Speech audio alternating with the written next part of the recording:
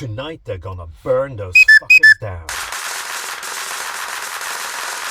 Probably been boring you about the Fallas in Valencia for the past week or so, but it is quite a big here. So today is the penultimate. Is that a word? Penultimate?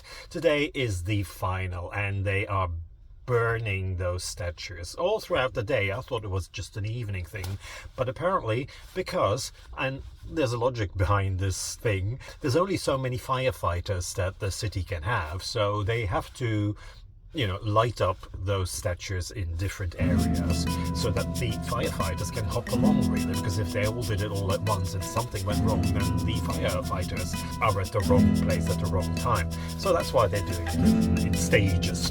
And I'm gonna go to one of those tonight and see what the stages are like, and I'll take you with me.